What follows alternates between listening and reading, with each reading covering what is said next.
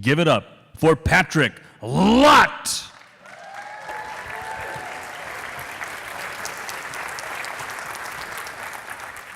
Well, good evening. Good evening. Man, you guys haven't drank enough. Thank you for being here. I'm really excited to be sharing this time with you. I'd like to start by asking, how many of us have experienced conflict? Yeah, maybe we need to drink more, right?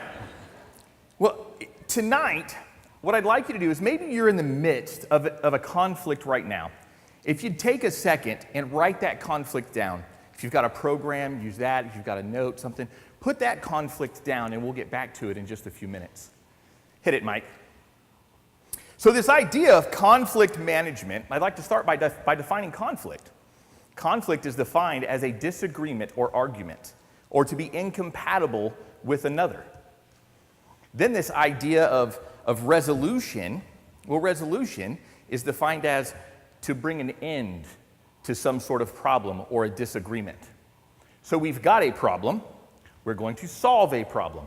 Makes sense, doesn't it? Well, when you look at the definition of conflict resolution, it's conceptualized as the methods taken to bring a friendly end to a dispute. So what does that mean? We're focused on a problem, an issue. In contrast, reconciliation is focused on the person. Conflict says I'm incompatible, but reconciliation, the definition is to make two views compatible with one another. So we go from incompatible as individuals to compatible together. So what's the difference? If we're focused on conflict resolution, we're focused on fixing the problem. Where reconciliation is focused on strengthening the relationship. How do we get there? Where do we go? How many of us have taken conflict management at work? Conflict resolution, conflict, right? It's out there, it's everywhere, but I believe it's the wrong way. To start, I believe that it all starts with our hearts. We have to go inside and we have to realize that these people that we're around are not just cogs in a machine. They're not beings soaking up my precious, valuable oxygen. Instead, they're valuable members of this thing we call life. They have hurts, they have joys, they have feelings and emotions just the same as I do. When I soften my heart and I allow myself to look at them in a different light, all of a sudden I approach it from a different way. I have to take that long, steady look in the mirror. I have to realize that conflict always has at least two sides. I have to realize I own part of that. Conflict didn't get created by one person alone. I own a piece of it, and I have to own it, and I have to acknowledge it. As we begin to do these things, we can have a different change in our mindset. We know that what we think determines how we feel, which determines what we do, which determines what we get. We've got to start by looking for the positive. As Vivian Green says, it's not about learning to weather the storm, but instead about learning to dance in the rain. Positive perspective has an impact on emotions and health even. When we look at these things, we realize that people have differences. We have to acknowledge those differences. We all have different heritages and upbringings and backgrounds, and that's what makes us so powerful.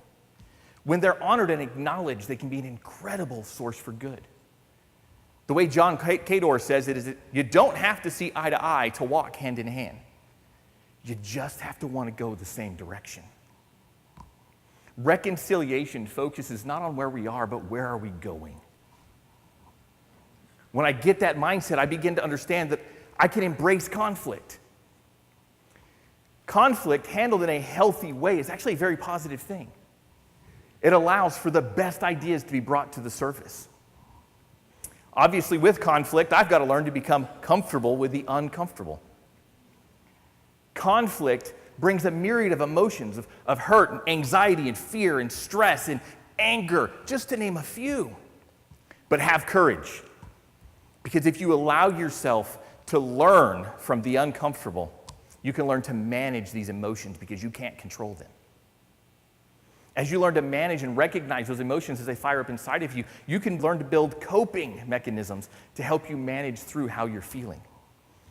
Finally, I have to fight and resist this urge for self-preservation. fight or flight syndrome. I have to ask myself, what am I trying to prove? As we begin to do these things, we build trust.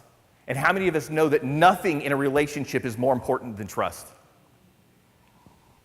Where we fail oftentimes is we don't realize that it's a marathon and not a sprint. And it's about the journey and not the destination. We have to realize that trust is built every day, step by step, brick by brick. In closing, as you think back to that conflict that I asked you to write down, what I'd like you to think about is the person's name. And when you walk out of here tonight, focus on the person and not the problem. Thank you.